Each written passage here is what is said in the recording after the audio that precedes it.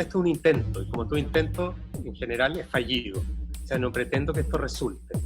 El intento es entender cómo llegaste a ser lo que tú hoy día eres. Es una respuesta, o sea, una pregunta bien amplia. La respuesta puede ser eterna, tú comprenderás. Pero es un intento, no pretende llegar a nada conclusivo respecto a ti, sino verte. Eso. ¿Cómo te fue con la lluvia? Hermoso. Santiago se ve hermoso, después te voy a mostrar. Ya. Está ¿Te como en, gustó? está como en HD. ¿Tú eres de Conce, Aliocha? ¿Naciste en Conce? Sí, soy penquista, nací en Concepción y solo me vine a Santiago cuando salí de cuarto medio, me vine a estudiar teatro, por eso me vine para acá. ¿En qué colegio o liceo estabas? Estudié en dos colegios, estudié en un colegio monja, en las Madres Dominicas de Concepción, estuve ahí hasta segundo medio, y ya tercero y cuarto lo hice en el Liceo Experimental de Concepción. ¿Y por qué te cambiaste? Por ¿O te varias cambiaron? razones, no me cambié, yo me quería cambiar y solamente mi mamá me dio permiso en tercero medio. Quería pasarlo un poco mejor y salir un poco de las manos de las monjas. ¿Lo pasabas mal en mano monja? Mm, no, pero era, era desordenada, yo creo que era media floja, estaba creciendo, era plena dictadura, yo creo que yo andaba con ganas de otro tipo de cosas más que de esa educación de monja. Igual agradezco ese colegio, fue un colegio bueno porque mi mamá hacía clase ahí, entonces yo podía estudiar ahí, eh, casi becada. O sea, agradezco que ayudaron a mi mamá en momentos en que estaba difícil. Tu mami es profesora. Mi mamá es parvularia, claro. Y metidos en política, bueno, Concepción, eh, pudo trabajar en ese colegio. Y por ende yo pude estudiar en un colegio particular de monjas, que era pagado, pero yo pude estar ahí hasta segundo medio. Por eso ¿Tu creo que papá? mi papá vivía en Punta Arenas, lejos, Estaban separados. son separados desde que yo era muy niña. Entonces, muy lejana la relación El señor de la sota. del señor Javier, Francisco Javier. Francisco Javier. ¿Y tú qué te llamas Aliocha cuando te llamas Alejandra? No, claro, yo me llamo Alejandra, pero en estos años locos de juventud militante que vivían ellos y leían literatura rusa, se inventaron decirme Aliocha por el personaje de los hermanos Karamazov de Dostoyevsky, que significa Alejandrito, y yo me llamaba Alejandra y ellos jóvenes revolucionarios y me decían Aliocha, desde muy, muy niña. Con nombre de niño. Sí, y era la traducción de mi nombre, además. Qué bonito. Sí, fíjate, y al final me convertí yo después en lectora de Dostoyevsky, harto rato. ¿Y encontraste a Aliocha? Sí, por supuesto. ¿Y cómo era? ¿Nunca has leído Los Hermanos Karamazov? No. Te Mi la mamá recomiendo. yo con mi hermano peleábamos, cuando éramos chicos, ella decía siempre, parecen los hermanos Karamazov. Oh, Nos decía, a mí y a mi hermano. Molly, Entonces, léelo, es una novela muy, bueno, no sé, para mí importante Dostoyevsky, Crimen y Castigo, mm, Los Hermanos Karamazov, El Idiota, El Jugador, ¿no? Como que encuentro que varios personajes de Dostoyevsky se llaman Aliocha y su hijo se llamaba Alexander, por lo tanto le decían Aliocha, Alejandrito en el fondo. Es como un diminutivo de Alejandro en ruso. Aliocha. ¿Y tú, cómo te imaginabas cuando pasaste al liceo que iba a ser tu futuro después de salir del liceo? Es que yo sabía que yo iba a estudiar teatro. Yo sabía que yo me iba a ir de Concepción, siempre lo supe, yo hacía teatro desde muy niña, en talleres, siempre. Lo sé desde niña. Eh, entonces estaba claro que yo me venía, no había mucha interrogante. Lo difícil era que en esa época la Católica cerraba, abría un año, cerraba dos, ¿te acuerdas? La Sí. Chile, y justo yo tenía que entrar y estaba todo cerrado. Y por eso es que llegué a la escuela de Fernando González, donde te conocí. Qué buena. Aliochinga, ¿y cómo fue la llegada a Santiago? ¿Dónde viviste? En la casa de mis padrinos, cual Carmela, eh, y después llegó mi pololo, yo tenía un pololo allá, Rodrigo Vega se llama, y él se vino, y ahí nos fuimos a vivir juntos. El Entonces, Vega, sí, pues, te decías tú, ¿o no? sí, tal cual. Sí. Y vivía con él, viví con mi pololo casi toda la educación universitaria, o sea, de escuela, po, escuela de teatro. Y después ya viví con amigas, viví con amigos, bueno, me fui a Bélgica.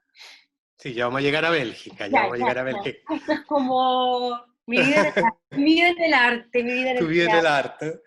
No, Aliochita, hoy día se comenta mucho y con justa razón del el comentario tremendamente crítico y para mi gusto justificado de la mala educación o la mala enseñanza, los malos hábitos en la enseñanza del teatro. ¿A ti te tocó eso? La cosa abusiva, la cosa... Sí, de alguna manera sí, varios paradigmas que yo creo que se están cayendo. El otro día hablábamos a propósito de la pandemia y a propósito del paro estudiantil, de no querer clases online y todo eso, he tenido muchas conversaciones con muchos estudiantes, asamblea y cosas. Y otra profe los ponía como en ejemplo, porque ellos nos decían a nosotros, pero ustedes, y nosotros les tratábamos de explicar eso como nos educaron a nosotros, pues, como ese rollo, el show debe continuar, como, caché, esa frase súper, no sé, fuerte, y se nos ponía siempre como ejemplo al señor Parada, de que cómo había podido seguir actuando mientras se entera, y eso para nosotros fue súper, yo creo que para mí, súper fuerte, determinante, como una disciplina, una cosa que el teatro era lo más importante a todo. Yo tengo la sensación que eso igual es un poco dañino y que creo que está cambiando. Y también, sí, pues como la autoridad o el autoritarismo para lograr cosas de ti como estudiante, o como actriz o como mujer de teatro. Mm. A mí algo que me sorprende mucho, que es súper difícil imaginarte a ti sin hacer teatro y sin hacer clases al mismo Mm. tiempo. Como que son, no sé, no es una misma cosa, pero son dos cosas que son irreemplazables la una por la otra, que corren por canales, no sé si cuán independientes, pero que son completamente necesarias para ti. Es de alguna, Absolutamente. algo como que te define a ti profesionalmente. ¿Tú te imaginaste que, Absolutamente. que la formación iba a ser parte de tu... Sí, no sé por qué, pero sí. Cuando estudié en Bélgica me acuerdo de que yo solo a veces me sentaba a mirar cómo ensayaban los otros. Me entretengo mucho mirando a la gente ensayar o actuar o probar o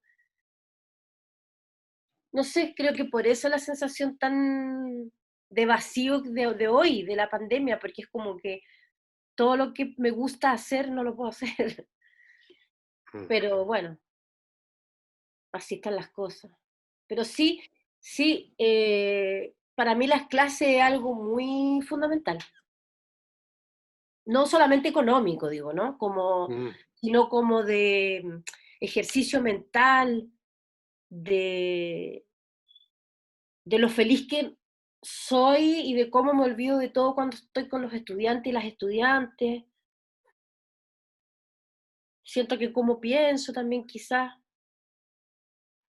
Sí, me gusta mucho, lo paso súper bien. ¿Y hay un gesto político en esa opción de pedagogía?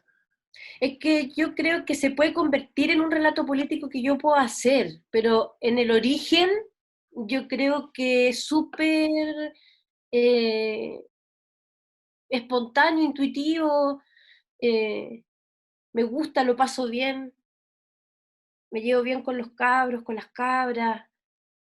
eh, ¿Cómo te llevas con las estructuras universitarias? Porque has hecho en muchos lugares sí, distintos. sí, qué loco, el otro día pensaba, o sea, yo en el Arci alcancé a trabajar casi 14 años, en la Chile como 12. Nunca con contrato, siempre boleto honorario, siempre una relación con la institución, aunque fuese el ARSI, que podría uno en algún momento, yo creí en ese proyecto, por ejemplo, Mm. yo creí en eso. Y ahí sí era una decisión súper política lo que ahí se hacía. Era pensado y había que hacerlo y a mí me encantaba. De hecho, yo estudié después licenciatura en arte en el ARSI, eh, y era evidente el punto de vista, la mirada y la misión política que la universidad tenía. A mí me encantó trabajar ahí, pero eh, el término fue tan fuerte, tan violento, fue tan... Oye, una de las penas de mi vida fue esa. ¿Cómo fue eso?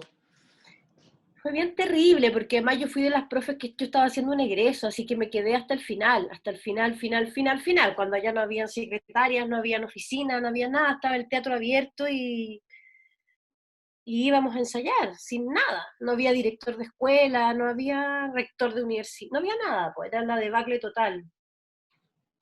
Y es como ver una universidad que se derrumba, una universidad que se cierra, pero además ese proyecto en el que se estaba cerrando y se estaba acabando, que era un proyecto político interesante con respecto a la educación, Mm. desde mi punto de vista, desde luego, pero no sé, pues triste. Me pasa Pero lo tú, mismo que ahora, que las universidades, como que tengo un rollo con eso, con que se cierren los teatros, con que se cierren las universidades. Yo creo que es medio traumático de la dictadura, pues. Me pone como nerviosa, me pongo nerviosa. Se me aprieta la guata, ¿cachai? si tú siempre estás como un poco en un momento, bueno, todos estamos, pero en crisis, pero es siempre una crisis como que es terminal, de que algo se va a acabar. Me da a mí la sensación, ¿o no? Sí, yo creo que siempre estoy como ya, pero ¿qué va a pasar? ¿Qué vamos a hacer? Mm. Yo creo que algo se derrumbó nomás por Rodri, que nunca fue en algo que uno creía que se derrumbó y que no fue, y que no creo que sea yo creo que una generación entera y que llevamos albergado un fracaso y una muerte en nuestro interior. ¿Cachai? Como algo que realmente, y que yo creo que es que se traduce en melancolía, que se traduce en nostalgia, que se traduce en esta sensación como de que siempre como, claro, al borde de algo. Pero yo creo que una generación, que es mi generación, que realmente esperábamos algo y eso que llegó nos decepcionó, ¿no? Mm. ¿Tú te sientes decepcionada de lo que vino después del final de la dictadura? Y no solo decepcionada, me siento traicionada, me siento eh, utilizada, engañada y ¿Tú en realidad creíste? ¿Tú yo creí, creíste?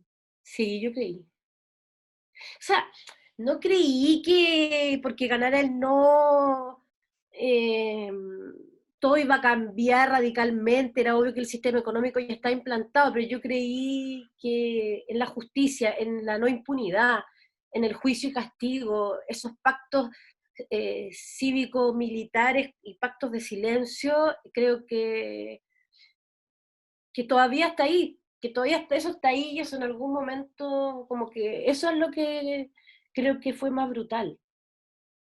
Mm. Independiente del rollo económico, ¿cachai? Y que hayan trabajado después todos por construir este neoliberalismo exacerbado en vez de encaminarse hacia algo un poquito más humano, pero la cosa es que pienso en Argentina, estamos al lado y fue tan distinto para ellos. Muy Mm. loco, muy loco. El final de la dictadura, ¿cuándo fuiste a Francia? A Bélgica, perdón. Yo me fui el 2006. No, mentira, 1996, cacha. El 96. Sí. O sea, ¿Cómo fue ir? es que cuando llegó la democracia a Chile, yo me vine a Santiago, pues, a estudiar teatro. Y 4 años después me fui. Entonces yo me fui el 96, el 95 a Bélgica y volví el 2000 a Chile. ¿Y por qué allá? Oye, fue súper loco, puras cosas de la vida, cosas locas de la vida. Yo me iba a ir a Europa sí o sí a estudiar teatro, sentía que tenía que seguir, que acá no había muchas más posibilidades en ese momento, era muy escaso, y mi mamá me apañó y justo habían venido unos profesores de Bélgica a la Universidad de Chile a dictar unos talleres, y alguien los conocía, el Igor Pacheco, ponte tú, que me dice, pero yo conozco unas personas, y yo le digo, sí, sí me han hablado de ellos, me dice, esto queda en tal ciudad, y justo en esa ciudad había una gran amiga de mi madre, a la cual, es súper loca la historia, mi mamá protegió a su marido en época de dictadura, lo ocultó. Y, y esa mujer le dijo a mi madre que toda su vida le iba a estar muy agradecida. Entonces después mi mamá le dijo, oye, mi hija se quiere ir a Liège. Y justo era la misma ciudad donde estaba el mismo conservatorio y llegué al conservatorio y conocí eh, una escuela que me cambió la vida. Y que, por eso digo, agradezco todas esas coincidencias. Y llegué a Liège, Lieja, y me quedé ahí como 4 años. ¿Qué características tenía este conservatorio? Porque me encantan mucho esos cuentos del conservatorio. Antes Mira, de eso, ¿cómo aprendiste francés? Porque llegaste sin hablar nada, ¿no? así nomás, aprendiendo nomás. Eh, Siendo matea, pero en la vida, po. Me fui antes, es que yo no sabía dónde iba, había que dar examen de admisión, había que hacer cumplir varias etapas. Entonces, aprendí, yo creo, dándole nomás, equivocándome y preguntando todo el rato, así como soy yo hostigosa que tú me conoces, ya eso mismo, pero todo el rato, preguntando todo. Y di los exámenes y quedé, mira, lo que me encantó de ese conservatorio es que era súper práctico, eh, es decir, donde la línea de movimiento, la línea de voz, la línea de actuación eh, tenían la misma importancia, era una línea de inclinación grotowskiana, los profesores y las profesoras habían estudiado en el teatro laboratorio algunos y otros con Tomás Richard posteriormente, o sea, tenía una línea muy definida en el plano vocal y corporal, y era muy actoral. Eh, Era como un conservatorio de arte dramático, o sea, realmente se trabajaba sobre el trabajo del actor y la actriz. Eran trimestres, entonces tenía 3 proyectos al año, hoy aprendí tanto, fui tan feliz. Aparte que era como el sueño del pibe, vivía en un país hermoso, muy melancólico, gris, con un lago siempre nublado. Vivía al frente del conservatorio y estaba todo el día estudiando. O como te decía, sentada mirando cómo la gente ensayaba, cómo la gente pasaba sus textos. Alguna vez me comentaste, no sé si recuerdo mal, de dos profesores en particular que fueron muy notoriamente influyentes para ti. Sí, seguramente era el Philippe Libert, que era el profesor de voz, y el Andreas Popp, que fue mi profesor de teatro épico, teatro político, que venía de Alemania. Y que yo fui muy aplicada y fui muy cercana a ellos. Eh, Donde finalmente lo que se entrega son metodologías de trabajo. No es solo de alguna manera poéticas simplemente, sino metodologías concretas. Yo creo que eso es lo que a mí más me sedujo, como entender la actuación desde un punto de vista súper técnico, donde en el fondo lo que hace el actor o la actriz o ese cuerpo que está ahí es un trabajo permanente, que se pone en juego millones de factores, que es muy profundo, como una profundidad que yo no había descubierto antes. Quizá por mi edad o por cómo eran las escuelas acá en Chile. Eh, no sé si había tanto hincapié en la generación de espectáculos, sino más bien en el entrenamiento con los actores y las actrices. Y eso me gustó mucho, me ayudó mucho además. Es como si hubiese comprendido cómo actuar. Yo igual tenía rollos con la actuación, entonces me ayudó, como que me hubiesen enseñado a actuar, eso es la palabra súper concreta, con técnicas, con metodologías, con formas. Y mi profe de Brecht, pucha, le debo tanto, me explicó, me enseñó una metodología de trabajo que se sustenta un poco en generar figuras dialécticas constantemente en el discurso o en el cuerpo o en las propias ideas que uno tiene o en relación al otro. Es como una manera de pensar en el fondo, como de jugar con el pensamiento, que también me gustó mucho. Y tenía N rollos yo porque me encontraban súper melodramática. O sea, imagínate para ellos, nosotros actuábamos como si estuviéramos en una teleserie italiana, no sé, pues todo el rato era como, no, pero no, no, pero ¿por qué actúa tanto? O sea, es otro tipo de actuación, pues realmente mucho más cerebral, intelectual. Me gustó, me costaba, pero me gustó mucho. Aprendí mucho. ¿Tú sientes que tu trabajo de directora también se ve influido por ese trabajo que aprendiste como actriz? Sí, totalmente, totalmente. Y también con las clases. Cuando tú decías, no sé si eso se junta o no se junta, yo creo que en algún momento se junta. Se junta porque es como si la actuación fuese finalmente es una búsqueda, creo yo, tan como fundamental que atraviesa todo eso, o sea, es un saber o un conocimiento, una praxis que lo tiene que aprender el cabro o la cabra en la escuela, pero también es necesario ejercerlo cada vez que nos paramos arriba del escenario, entonces es tan como esencial ese trabajo, esa búsqueda, como ese meollo del asunto de la actuación. ¿Qué trabajaste con ese profesor alemán? ¿Qué te tocó hacer con él? Antígona. ¿Y tú eras? Antígona. Y era súper loco porque habíamos tres chilenos. Y cuando hicimos el trabajo había un español, un suizo, un portugués, y cuando hicimos el trabajo teórico, nosotros le contamos que aquí habían detenidos desaparecidos y que había lucha de gente por enterrar sus muertos, en relación a la escena de Antígona, donde ella lucha por decirle a su hermana, y me tocaba esa escena con la Marcia, porque después de muchos meses él escogió quién era quién, y obvio que a los chilenos nos dio esa escena, de cuando pelea ella por enterrar sus muertos. Eh, y él le da una mirada súper anti-congreso político.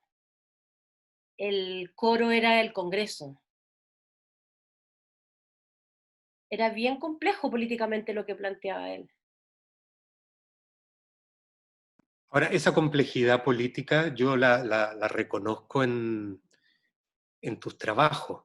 Hay un trabajo que a mí me emocionó mucho y que no sé dónde meterlo, que creo que fue Recién Volviendo, que fue La lluvia de verano. ¿Fue Recién Volviendo o no? Sí, mi primera obra que yo dirigí, Heavy. Es que era impactante. Eh, porque está esta, no sé, yo veía esta cosa particular en el cómo razonar el estar arriba del escenario. Sin embargo, era de una emotividad profunda, porque uno podría decir razón versus emoción, pero no tiene nada que ver una cosa, no son contradictorios, digamos, en sí mismos. ¿Por qué escogiste ese texto? ¿Qué te llamó la atención? A mí me llamó mucho la atención que lo escogieras porque yo recién lo había leído por mí mismo. También me gustaba mucho ese texto. Fue Por una eso te pregunto. historia, fue una historia bonita porque, bueno, yo leía La Duraz porque la aprendí a leer contigo en la escuela, ¿te acuerdas que nos prestabas libros? Yo ahí aprendí, o sea, uno conocía El Amante, pero no realmente la dimensión del texto del teatro duraciano o del cine duraciano. Y yo iba, porque igual era una inmigrante pobre, digamos, en Bélgica, y yo iba a una librería y me leía la obra sentada, porque hay sillones, te dejan leer, nadie te echa. Eh, y yo la leí, la novela de la Margarita Duras. Eh, y la leía periódicamente, iba y la retomaba, bueno, tenía plata para comprarme el libro, después me lo compré, y como está escrita como con... Hay algunos capítulos de la novela que está escrita en diálogo, otros no, y sola me puse a convertirla en teatro, pero no sé por qué, lo hice nomás, yo creo entre que traducía en el francés, estudiaba francés, y apenas llegué a Chile, me volví a encontrar con mis compañeras, mis amigos, mis amigas del pasado, y fue como, chiquillos, quiero hacer esta obra, pero fue así, el cuestionamiento que plantea La lluvia de verano también es sobre la educación, ¿te acuerdas que el protagonista aprende a leer sin saber leer? Es tan tremenda esa novela, es tan hermoso el texto, y después tuve que pedir permiso a la familia de la Margarita Duras para que me dejaran hacer la obra, me ayudaron los de la ATN, y al final se pudo, po. Y, y fue linda, ¿sí? Fue hermoso. Ahí conocimos a los compañeros de La Matriz, porque cuando yo llegué fue la primera escuela donde me fui a hacer clases, que fue a La Matriz de Valparaíso, y ahí conocí a los de La Peste, a la Katy López, al Danilo, a la Misle, de esa época, cuando apenas volví a Chile. Mm. Por eso la hicimos en coproducción con Teatro La Matriz. Ah, no me acordaba que había sido coproducción con ellos. La Jime era la madre. Sí, ahora que lo dices me acuerdo. Es que a mí me llamaba la atención porque si yo le pudiera cambiar el nombre al Ernesto, se llamaba el niño, ¿no? Eh, Si por mucho tiempo yo el niño lo pensaba que se llamaba Liocha. Eh, Eso pensaba que el niño era Liocha. Entonces decía, claro, la Liocha. Pero no, pues era Ernesto se llamaba. Ernesto. ¿Y cómo era ese niño, mi Liocha que le puse yo?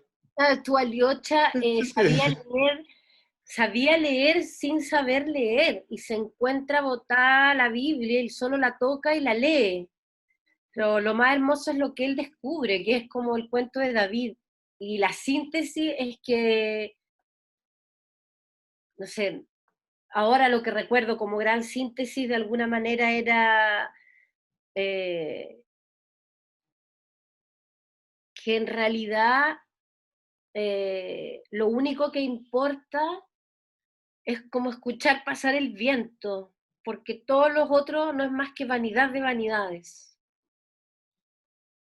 Hay una mirada de ella, de la Duraz súper,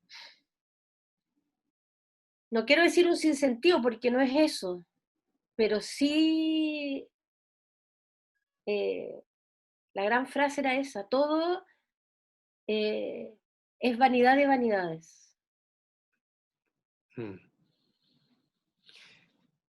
A propósito de esa, escuchar pasar el viento y, y la vanidad de vanidades, la opción de ir a trabajar a Valparaíso con el Teatro La Matriz es inmediatamente apenas llegaste, ¿no? Sí, Y es la opción que se te presentó, sí, pero pusiste mucho más que la simple energía que uno pone en algo que se le presenta para ganarse la vida. O sea, no, yo es que además, recuerdo... no, claro, el Sí, proyecto era soñado, el proyecto era hermoso. Hicimos dos obras, después hicimos el Caspar con el Alonso, o sea, armamos como todo un cuento allá. Eh, bueno, la provincia, pues, la provincia. ¿cómo fue ese periodo en Valparaíso? Yo hacía clase igual acá, después, casi muy pronto, la Escuela de Fernando, en la Chile, no me acuerdo bien las fechas, pero fue todo bien seguido. Pero Lo de Valpo fue excepcional porque hicimos harto teatro también, porque nos íbamos al alba, a veces tomando el bus a las 8:30 de la mañana. No, llegar a las 8:30 ya a hacer training, o sea, saliendo a las 5 de la mañana.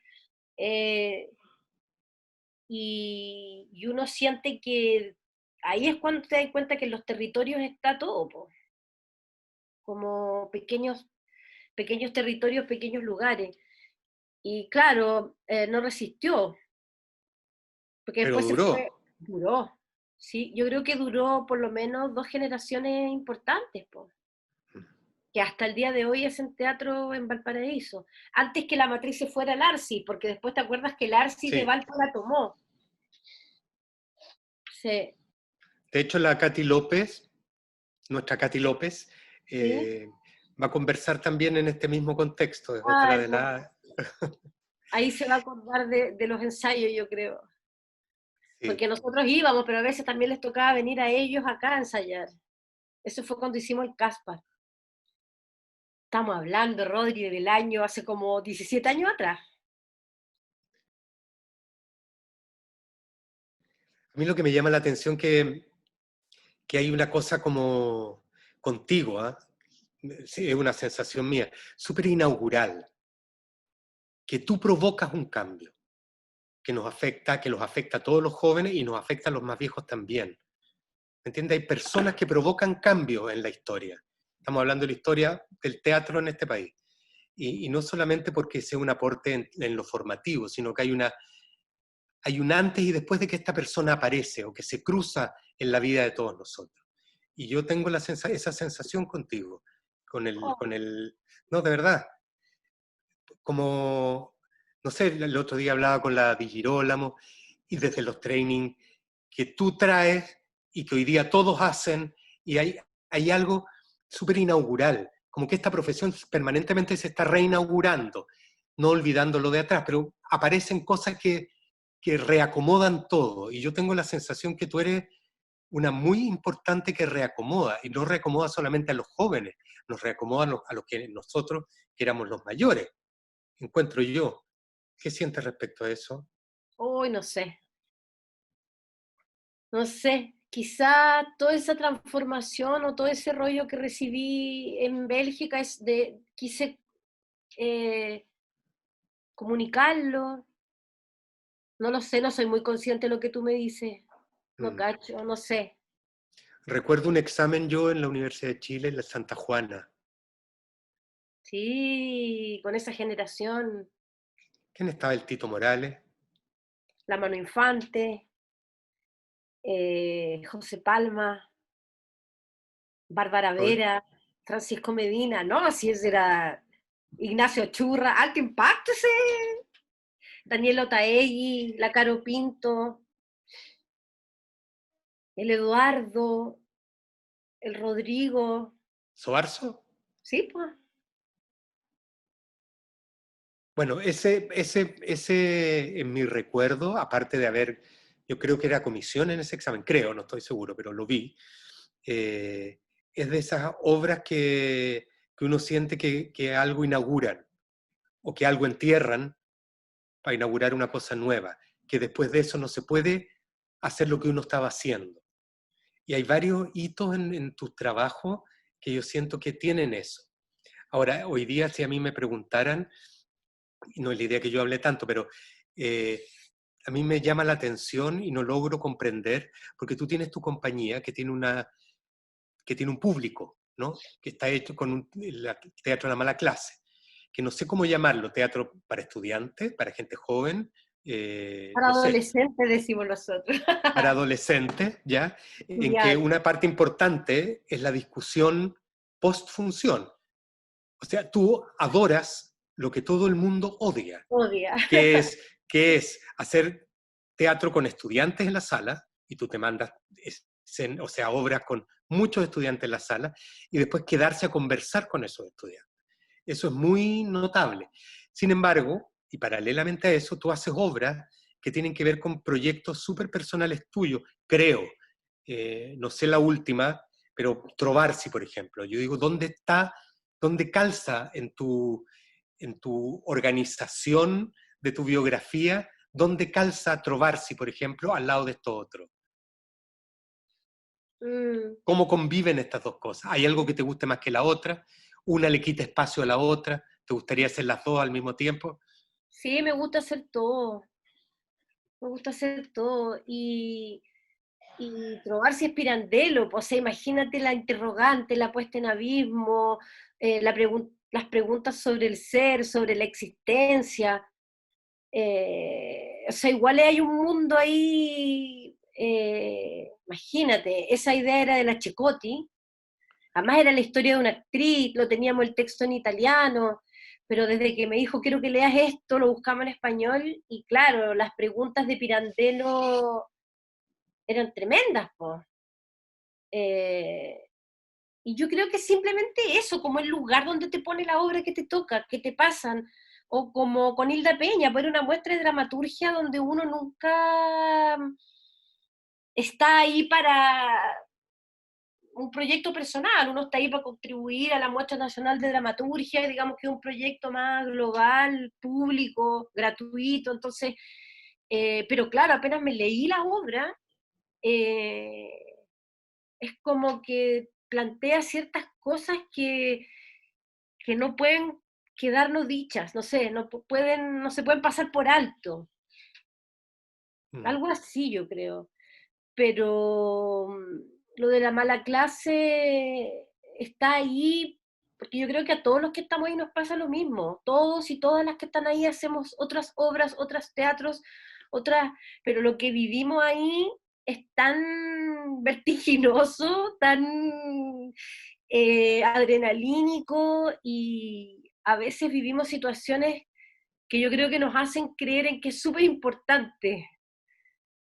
Como por Y ejemplo, como por ejemplo que niños que van al teatro obligados agarren el micrófono en un foro y quieran salir del closet delante de 600 estudiantes y que son los niños nerd y buleados del liceo, y que en el teatro decidan decir, ¿sabes qué? No me importa lo que ustedes piensen. O sea, hemos vivido cosas desde eso hasta diálogos tensos entre filósofos sobre la cosmogonía mapuche y una comunidad de peñis que va y los interpela en Mapudungún en el teatro, o Carolina Toa peleando con las estudiantes después de una función de la mala clase, como que pasan cosas que tú decís, lo que está sucediendo acá es súper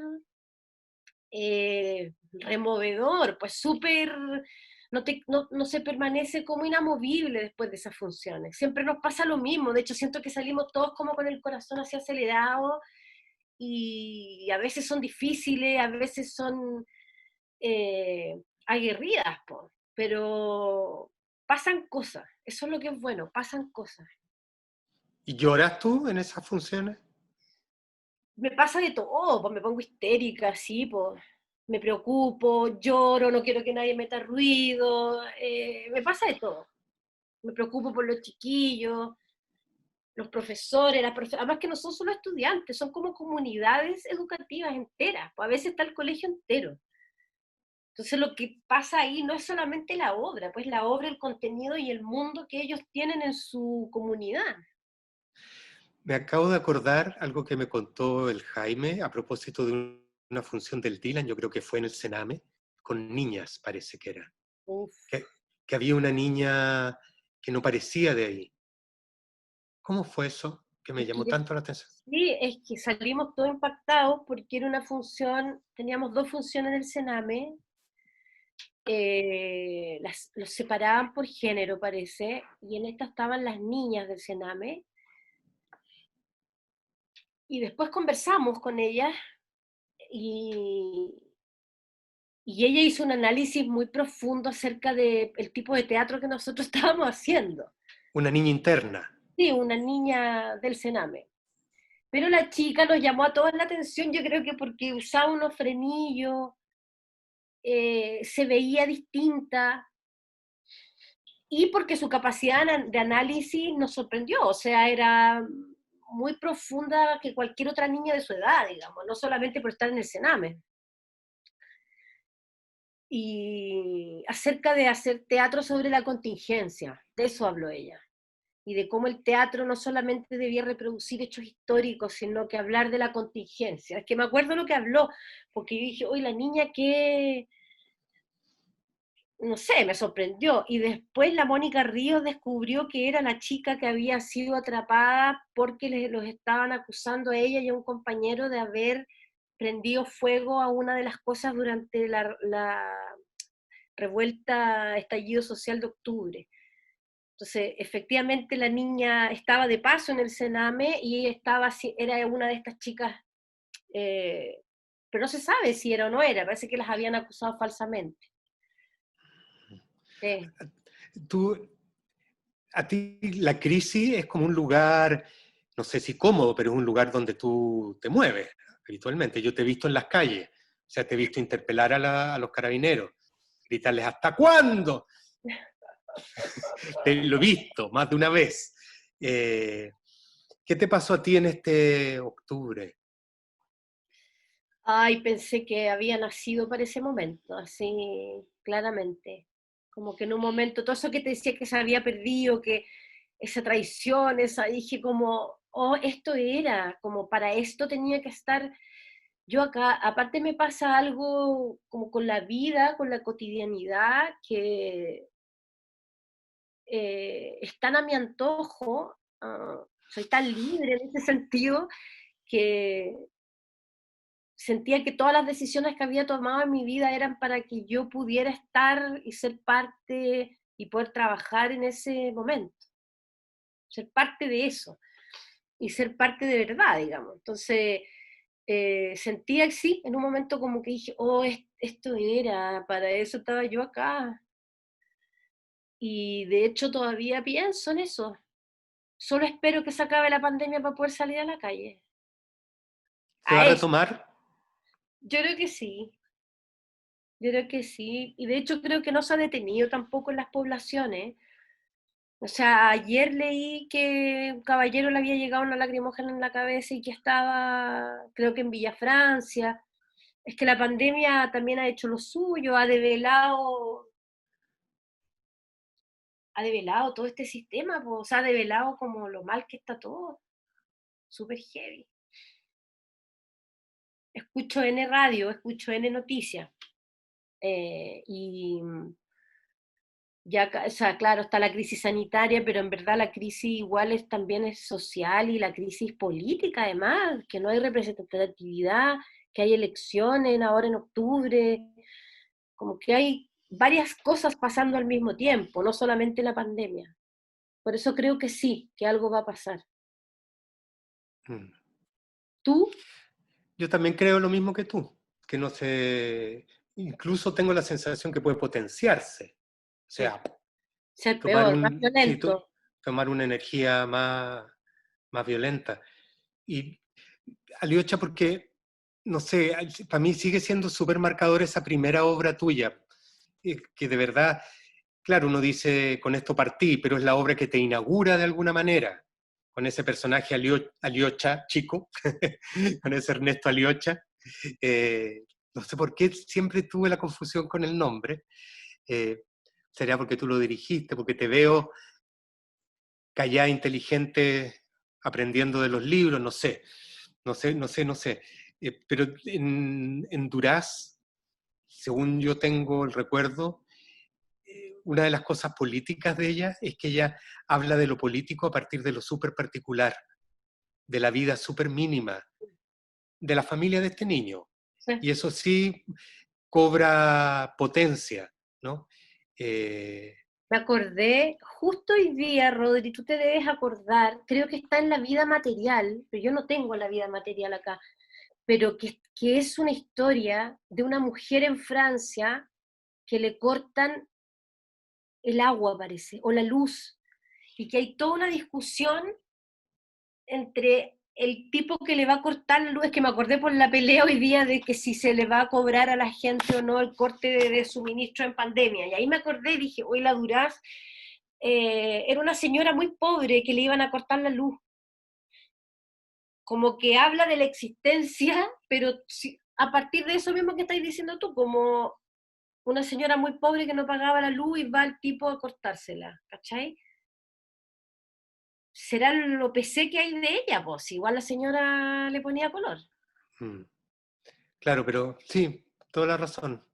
Es que tiene que ver con hacer el Dylan y después de alguna función del Dylan, eventualmente irse a la Plaza de la Dignidad. Esa intimidad, ese trabajo que está puesto ahí, que no parece, o sea, no es contradictorio con la participación en las grandes luchas, por decirlo de algún modo. Mm. O sea, son Mm. distintos frentes para ti, ¿o no? De lucha, de trabajo, de pelea. Son distintos lugares donde me gusta estar a mí, yo creo. No sé si son frentes o luchas, porque yo en la Plaza de la Dignidad soy una más nomás, po. No somos dirigentes políticos, no, estamos ahí, pues nomás, tocando la olla, entonces me gusta ese lugar, no estamos representando a nadie más que a nosotros y al mismo tiempo a toda esa gente que está ahí. Y yo no puedo vivir sin hacer teatro, o sea, esto ha sido lo más difícil, esto de la pandemia ha sido lo más difícil, o sea, me imagino que para ti igual, po. Pero en enero, que fue este bombardeo de teatro que nos mandamos, que tenían funciones eh, Muchas y muchas, diversas. y en estos horarios raros de las 12 a las 3, claro, el día ideal era funciona a las 12, funciona a las 3, y a las 6 a la plaza, como el día perfecto. Entonces no sé si son frentes de lucha, yo creo que son puros lugares de placer nomás, al final. ¿Tú te consideras feminista? Absolutamente. ¿Qué es ser feminista? Perdona la ordinariedad de la pregunta. Para Yo, ti. sí, para mí yo creo que es un lugar de militancia inamovible, eh, un lugar de lucha diaria y permanente sobre la mirada del género y todo, y, y querer buscar que todos miremos ese pensamiento filosófico tan eh, dominante como es el sistema patriarcal, que lo miremos, a que podamos a través del feminismo mirar eso con otros ojos, con ojos nuevos, y que lo veamos realmente como que es un pensamiento que dominó y no necesariamente es así la vida. Entonces el feminismo me permite poner miradas y poder comprender también la existencia humana desde otros lugares, más amables, que se relacionan más conmigo, que me hacen más feliz de lo que este sistema nos ha hecho a nosotras. ¿No te pasa, tal vez suene un poco frívolo lo que voy a decir, pero no te pasa que, a mí me pasa, que lo patriarcal, en tanto sistema y en tanto práctica de individuos, se ha vuelto mucho más burdo eh, y en términos de las prácticas personales mucho más ridículo? Aquellos que ejercen el patriarcado en su Sí, vida personal. y más difícil también para todos, porque yo creo que el patriarcado también está en mí, digamos. O sea, entonces lo que hace, creo yo, el feminismo es estar todo el rato cuestionándote. Entonces, claro, se vuelven más burdo algunas conductas, Mm. pero también hay otras que están tan arraigadas que yo creo que ni las vemos ni nos damos cuenta. Con todo esto de la ministra de la Mujer que cambia, que vuelve, que sacan a la otra, que ahí tú sí, eh, también a nadie le importa, también todo sigue funcionando, no hay ni un aparato estatal que diga, oye, ¿qué es esto? ¿Me entiendes? ¿Qué es lo que es un ministerio de la mujer? ¿De qué es lo que estamos hablando? Yo creo que el gobierno no tiene idea. Mm. Entonces, y eso tampoco nos parece raro, po. Y Aliocha, para ir cerrando, ¿cómo crees tú que te describen eh, tus colegas? ¿Cómo te describen a ti? ¿Cómo te sientes descrita por ellos? Si tú pudieras sapear lo que están hablando de ti, ¿qué crees que ¡Oh, estarían diciendo? qué intensa esta mina! Algo así. No sé, po. No sé. No sé, Rodri, prefiero no pensar en qué están diciendo de mí, no sé. ¿Y hay algo que te gustaría que dijeran de ti, que te parece lo más objetivo de ti? Que me gusta el teatro, ¿Te gusta mucho? sí. Creo que es como mi único lugar. No sé, estar en otro. No sé, eso creo. Sí, Hay un lugar tuyo que a mí me ha sorprendido, que ahora que nosotros estamos trabajando juntos con la Manuela Infante, que somos colegas actores, actora y imagínate. actor, que es un lugar bien bonito. Eh, yo no sé si lo tenías de antes o lo has adquirido ahora, y me gustaría saber si es de siempre o es de ahora. Algo que recién veo en ti, que es un cuidado de ti, que te cuidas. Sí, yo creo que es No la con, edad. no con los pacos, pero te cuidas en otras cosas, eres capaz de darte un placer, de, de hacer cosas para ti. ¿Es Sí, nuevo? yo creo que es la edad, pero yo creo que también esa vinculación con el placer, como que me gusta solo hacer cosas que me provoquen eh, estados positivos, no sé, amor y ternura.